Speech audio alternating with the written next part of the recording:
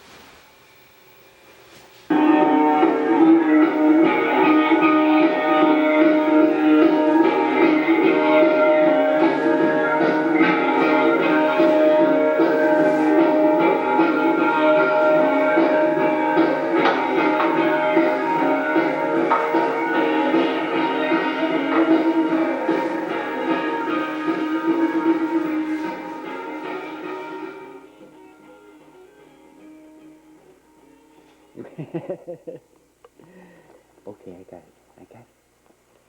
There we go. Another one? Oh.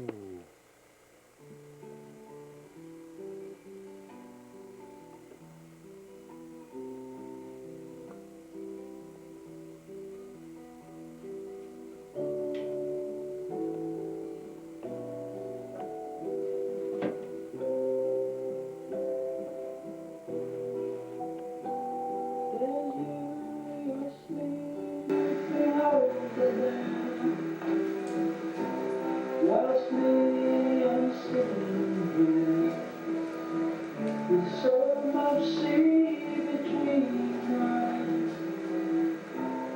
I can't make it much more clear. There'll be no time for crying. Making more than I'll change my take and you'll see.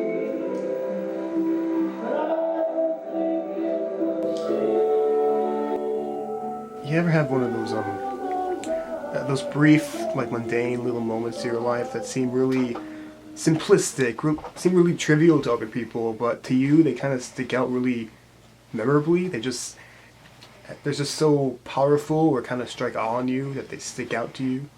Yes, I have, George, many times. The other night I was looking through old video footage of me as a baby, like an infant, and I came across this one clip that really stood out to me, and it was me with my dad. He was filming, and I was just a little baby walking around his basement, just playing around, being me, and he was capturing the whole moment for a while, and a song played on the radio, and this is what really stood out to me. This song, I don't know if you're familiar with the band Procol Harum. That particular song, when it played, it fit so perfectly. And I feel like it maybe just wasn't a coincidence that I found it, because after that, I was blown away by the song, and I searched it, downloaded it, and then when my mom looked at it, she said, "Oh yeah, your dad loved that band." She showed me the CD that was played in that very basement, and it stayed with us for all these years. That was 1997, after he passed away, after all of this changed. It was just really, I don't know, it stayed with me. And it was really powerful, and I feel like that little clip just summed up that time, my relationship with my dad. It summed it up perfectly, the innocence. It was just this insignificant moment documented as proof of a more innocent time. So as you can see, it really... It really touched you. Yeah.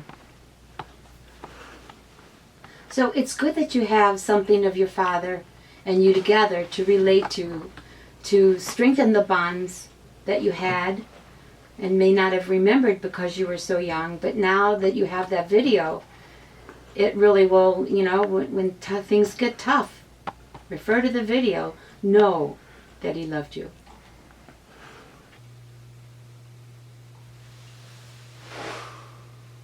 So, have you guys ever seen Phantom of the Opera? Obviously. I watched it for the first time the other day. What'd you think? Was it the musical, actual production, or was it the movie? It was just a movie. You I liked watched it? the movie. You need to see Hey, the Mason. live on Broadway version. Hey, what's up, man?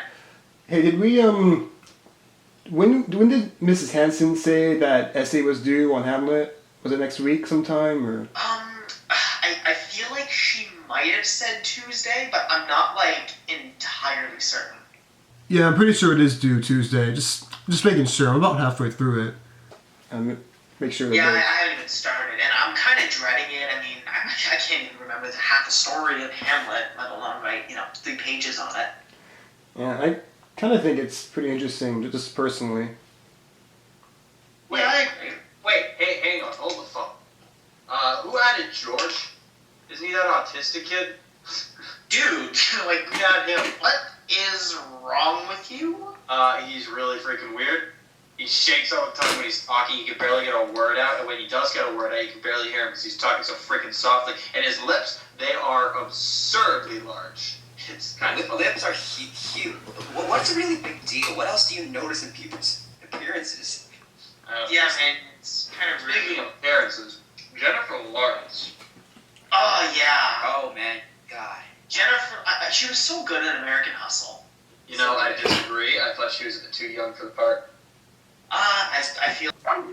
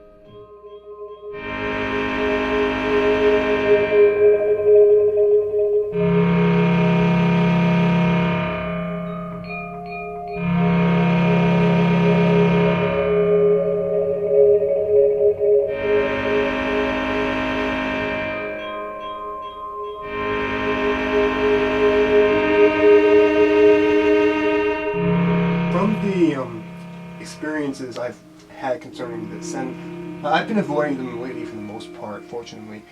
I mean, it's not always easy to avoid them entirely every day, but for most of the days I've been avoiding them. I just kind of wanted to ask, why do people put other people down to feel good? That's a good question, and it's one, George, that a lot of adults have been trying to figure out. I know as a child I had infantile asthma, and so I was not allowed to do any heavy activity. So I was quite obese as a little girl, and my brothers used to make a lot of fun of me. I didn't understand why. I didn't understand why somebody in my own family who's supposed to love me would hurt me so badly. It took me a little while to realize I demanded a lot of my parents' time, so therefore I think they were jealous. So it happens to all of us. Yeah, and I think that it's definitely a contribution to my own anxieties and insecurities. And I think that it has been also an attribution to why I may feel that I haven't lived, I guess, my recent years, my teenage years, as I would have wanted to live them. But I think it's pivotal as part of my growth as a person to acknowledge that, acknowledge what's in front of me, acknowledge my struggles and face them. I don't know, I just find this melancholic beauty in all the short-lived relationships and missed opportunities we encounter in everyday human life. But within every fully lived life lies at least a dozen other unlived lives. That's true. And I don't think you realize how mature, far beyond your years you've become. Thank you. I'd like to think that I just don't like to sound conceited, but I like them to think that though. Also, not to change the subject, but Oh, no, that's fine, George. This is your time. well, I usually talk to you about my struggles and the negative things and the sad parts of my life. But I hope that doesn't come off as I have nothing but sad things in my life, because that's actually not true. Just this year and even the year before, I've been becoming far more social. But I've been breaking out of my shyness to make new friends. And I've created a lot more lasting memories because of that. I've been to bowling alleys, I've been to football games, I've been with a lot of friends that I've made in classes, and it's become really beneficial, and it's just really, really fun and interesting to get to know these people outside of class. I've made some good memories and even some bonds, some very close friendships, and those are memories I will keep near to me for a long time. It just made me feel like, I was being accepted, acknowledged, and it's really something how just the little outlets that I get can make all the difference for me. That kind of just recharges my soul, just that, people care.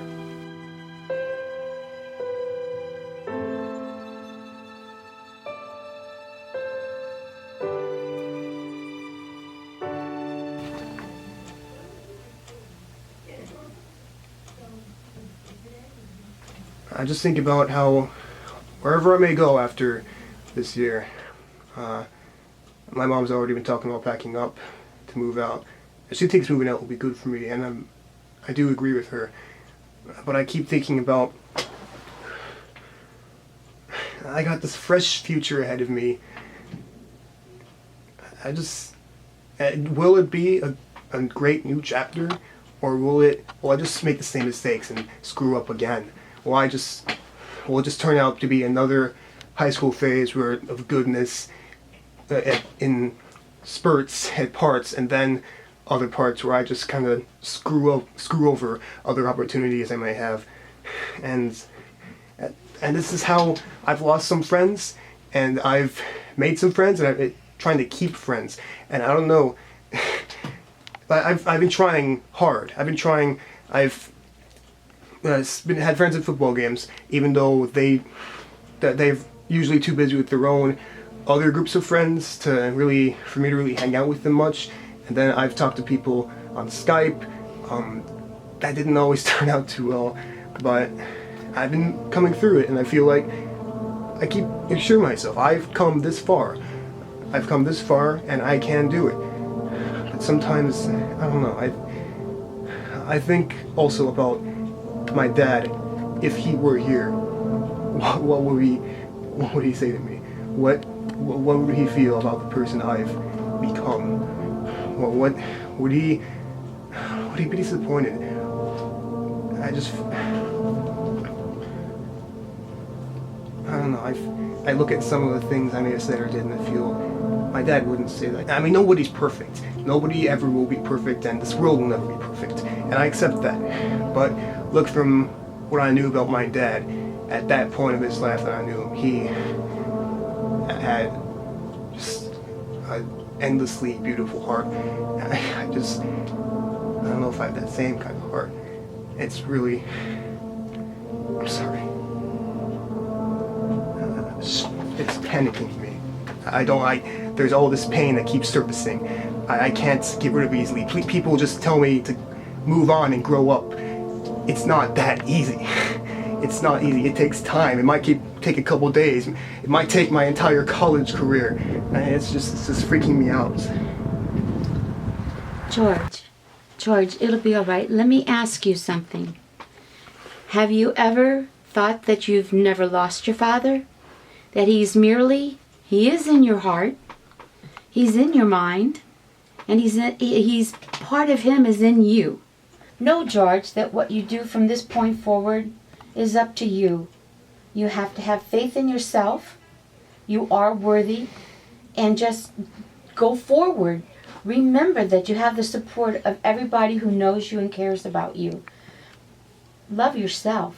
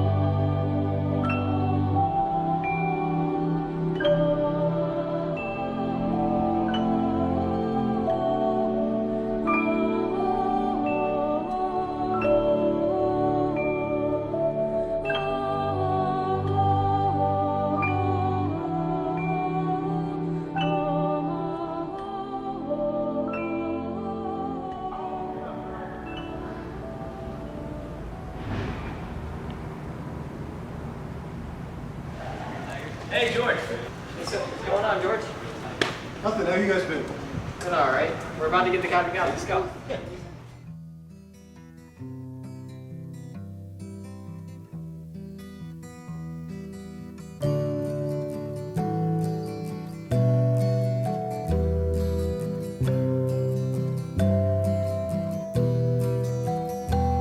There's you, you're sleeping over there, whilst me, I'm sitting here with so much sea between us. I can't make it much more clear. There'll be no time for crying. We won't make it more than 6. I could change my plea to guilty, but I don't think it would stick. Still, those are the ratings, far too easy to despise. You said so much in silence, now I truly am disguised.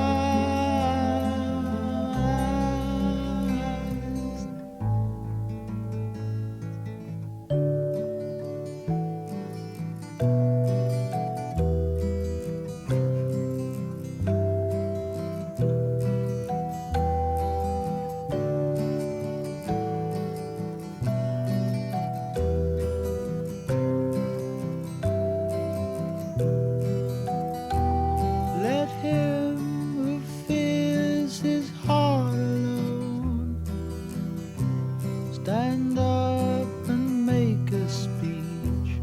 For him, perhaps an emperor's throne, if he